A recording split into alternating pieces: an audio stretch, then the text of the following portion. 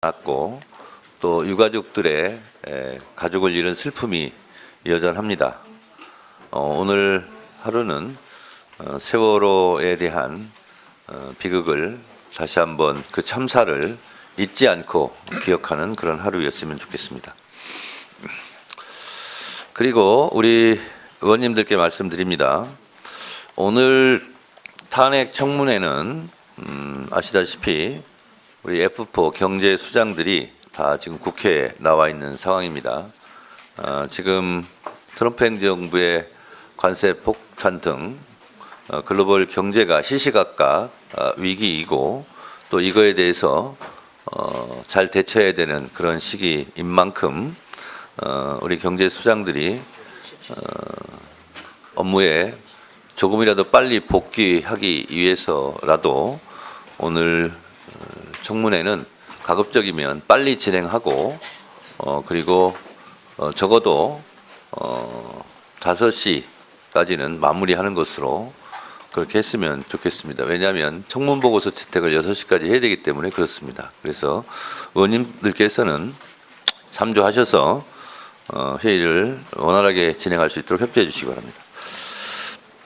오늘 회의는 우리 위원회가 지난 4월 9일 채택한 청문회 실시 계획서에 따라 개최되는 기획재정부 장관 최상목 탄핵 소추 사건 조사 청문회입니다.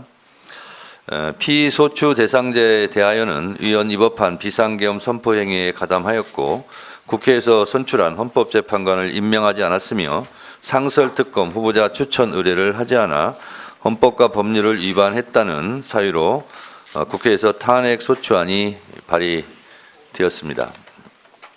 우리 위원회는 국회법 제131조를 읽어드리겠습니다. 국회법 제131조 회부된 탄핵 소추 사건의 조사 1. 법제사법위원회가 제130조 제1항의 탄핵 소추안을 회부받았을 때는 지체 없이 조사 보고하여야 한다. 이 조항에 따라 이에 대한 조사를 실시하고 본회의에 보고를 해야 합니다. 따라서 오늘 청문회에서 이러한 탄핵 사유들에 대한 심도 있는 조사가 이루어지기를 기대합니다. 이것이 기획재정부 장관 최상목 탄핵 소추안 국회에서 의결된 건데요. 국민들의 알 권리 차원에서 잠시 탄핵 소추안 요지에 대해서 짤막하게 말씀드리도록 하겠습니다. 피소추자는 부총리 겸 기획재정부 장관으로서 비상계엄 선포와 같은 중대한 국법상 행위가 대한민국 경제에 미칠 악영향을 정확하게 파악할 수 있는 지위에 있다. 피소추자는 비상계엄의 위헌 위법성을 알 수 있음에도 불구하고 절차적, 실체적 하자가 있는 국무회의에 참석하여 비상계엄이 선포될 수 있도록 돕거나 묵인 또는 방조하였고 비상계엄이 국회의 권한에 관하여는 특별한 조치를 할 수 없음에도 불구하고 피소추자는 대통령으로부터 예비비 확보, 국회 운영비 차단, 국가 비상입법기구 관련 예산 편성 등에 관한 대통령의 지시 문건을 건네받고 이를 하급자에게 다시 전달하는 방식으로 지시하였다. 피소추자의 이러한 행위는 직무집행과 관련하여 헌법과 법률을 정면으로 위반한 것으로 대통령과 국무총리에 의해 간접적으로 부여된 국민의 신임을 배반한 행위이자 헌법소유의 관점에서 용납될 수 없는 중대한 헌법 법률 위반 행위이다. 이것이 첫 번째 사유입니다. 소위 내란 동조 의혹입니다. 이것은 헌법 77조 1항 3항을 위반했다는 의혹이고요. 헌법 제7조 공무원은 국민 전체에 대한 봉사자이며 국민들에 책임진다. 헌법 제87조 국무위원은 국정에 관하여 대통령을 보좌하며 국무회의 구성원으로서 국정을 심의한다. 국가공무원법 제56조 성실 의무 모든 공무원은 법령을 준수하며 성실히 직무를 수행하여야 한다. 계엄법 제2조 비상계엄은 대통령이 전시 사변 또는 이에 준하는 국가 비상사태 시 적과 교전 상태에 있거나 사회질서가 극도로 교란되어 행정 및 사법 기능의 수행이 현저히 곤란한 경우에 군사상 필요에 따르거나 공공의 안정 질서를 유지하기 위해 선포한다는 조항. 형법 제87조 사망, 부하 수행하거나 단순히 폭동에만 관여한 자는 5년 이하의 징역이나 금고에 처한다. 라는 조항을 위반했다는 것입니다.